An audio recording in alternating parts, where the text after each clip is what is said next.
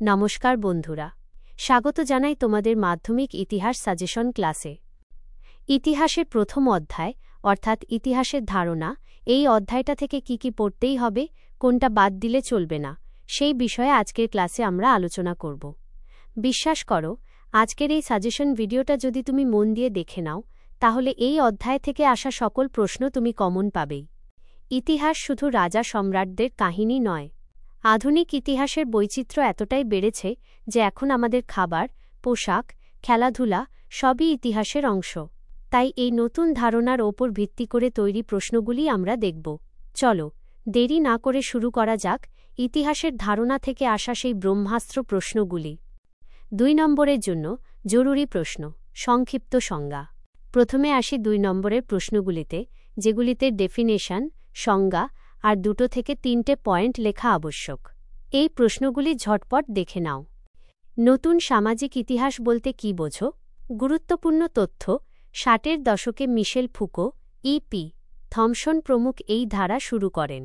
এখানে সাধারণ মানুষ বা নিম্নবর্গের মানুষকে গুরুত্ব দেওয়া হয়। এটিকে টোটাল হিস্ট্রি, সামগ্রিক ইতিহাস ও বলা হয়। 2. পরিবেশের ইতিহাসের গুরুত্ব কি?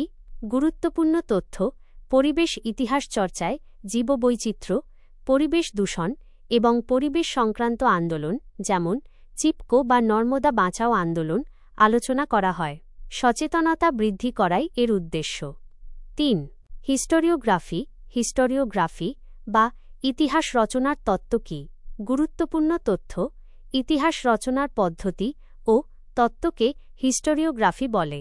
এখানে ঐতিহাসিককে স্থির করতে হয় কোন উপাদান ব্যবহার হবে এবং কিভাবে তার নির্ভরযোগ্যতা যাচাই করা হবে।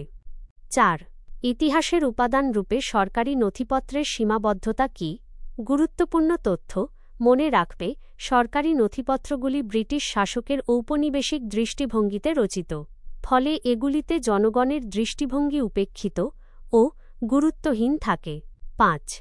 আত্মজীবনীকে কেন ঐতিহাসিকরা সতর্কভাবে ব্যবহার করেন? গুরুত্বপূর্ণ তথ্য: কারণ লেখক ব্যক্তিগত অনুভূতি দ্বারা চালিত হতে পারেন। পক্ষপাতিত্ব: তাছাড়া স্মৃতি আর ইতিহাস এক নয়, স্মৃতিতে তথ্যগত ভুল থাকা অসম্ভব নয়। 4 নম্বরের বিশ্লেষণমূলক প্রশ্ন, গুরুত্বপূর্ণ টপিকস। এবার আমরা আসব 4 নম্বরের বিশ্লেষণমূলক প্রশ্নগুলিতে, যা উত্তরপত্রে তোমার মার্কসকে বাড়িয়ে দেবে। এখানে পয়েন্ট তৈরি করে লেখাটা খুব দরকার। আধুনিক ইতিহাস চর্চার বৈচিত্র্য বা বহুমুখী দিকগুলি আলোচনা করো। গুরুত্বপূর্ণ তথ্য: আধুনিক ইতিহাস এখন শুধুমাত্র রাজনীতি নয়, বরং মানুষের জীবনধারণের সব দিককে স্পর্শ করে। উত্তর লেখার সময় অবশ্যই খেলার ইতিহাস, খাদ্যাভ্যাসের ইতিহাস, নারী ইতিহাস, পোশাক পরিচ্ছদের ইতিহাস, এই 4টি দিক সংক্ষেপে ব্যাখ্যা করবে। 2. ইতিহাস রচনার উপাদান হিসেবে সংবাদপত্র ও সাময়িক পত্রের গুরুত্ব লেখো।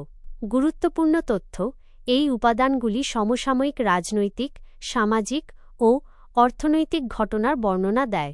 সোমপ্রকাশ প্রথম রাজনৈতিক আলোচনা শুরু করে এবং বঙ্গদর্শন জাতীয়তাবাদী চেতনার উন্মেষের উপাদান বঙ্কিমচন্দ্র 4 বছর সম্পাদনা করেন। এই দুটির নাম উদাহরণ হিসেবে অবশ্যই ব্যবহার করবে। 3. খেলার ইতিহাস কিভাবে জাতীয়তাবোধের বিকাশে সহায়তা করে? গুরুত্বপূর্ণ তথ্য: 1970-এর দশকে ইউরোপে শুরু হওয়া এই চর্চায় খেলার মাধ্যমে জাতীয়তাবাদের সঞ্চার দেখা যায়। যেমন 1911 খ্রিস্টাব্দে মোহনবাগান ক্লাবের আইএফএ শিল্ড জয় স্বাধীনতা যুদ্ধের পটভূমিকায় একরকম দেশ বিজয়ের মতো ছিল। 4. নারী ইতিহাস চর্চার প্রধান 3টি ধারা কি কি? গুরুত্বপূর্ণ তথ্য: বিখ্যাত নারীবাদী ঐতিহাসিক জেরাল্ডিন ফোর্বস এই 3টি ধারার কথা বলেছেন। ক. নতুন উপাদান ব্যবহার করে নারীর ভূমিকার পুনর্মূল্যায়ন। খ. নারীকেন্দ্রিক বিষয়বস্তুকে ইতিহাস চর্চার আওতায় আনা। গ. পুরুষতন্ত্র কিভাবে নারীর বিকাশে বাধা সৃষ্টি করে তা আলোচনা করা। 8 নম্বরের বড় প্রশ্ন, ব্রহ্মাস্ত্র প্রস্তুতি। এই অধ্যায় থেকে 8 নম্বরের জন্য মাত্র একটি প্রশ্নই সবচেয়ে গুরুত্বপূর্ণ। এটি যদি তুমি গুছিয়ে লিখতে পারো, তাহলে ফুল মার্কস পাওয়া নিশ্চিত। প্রশ্ন: আধুনিক ভারতের ইতিহাস রচনার উপাদান হিসেবে আত্মজীবনী ও স্মৃতিকথার গুরুত্ব এবং সীমাবদ্ধতা উদাহরণসহ আলোচনা করো।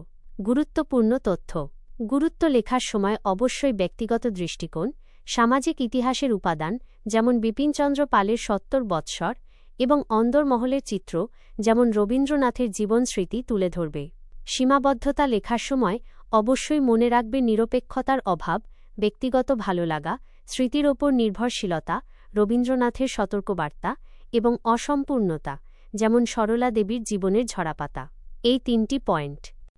বন্ধুরা, এই ছিল তোমাদের ইতিহাসের প্রথম অধ্যায়, ইতিহাসের ধারণা থেকে চূড়ান্ত সাজেশন। প্রত্যেকটি প্রশ্নের উত্তর লেখার সময় অবশ্যই গুরুত্বপূর্ণ নাম ও সালগুলি উদ্ধৃতি সহ লিখবে। এই প্রশ্নগুলি মন দিয়ে তৈরি করো আর ইতিহাস পরীক্ষায় ফাটিয়ে দাও। খুব তাড়াতাড়ি দেখা হচ্ছে পরের অধ্যায়ের সাজেশন নিয়ে। ধন্যবাদ।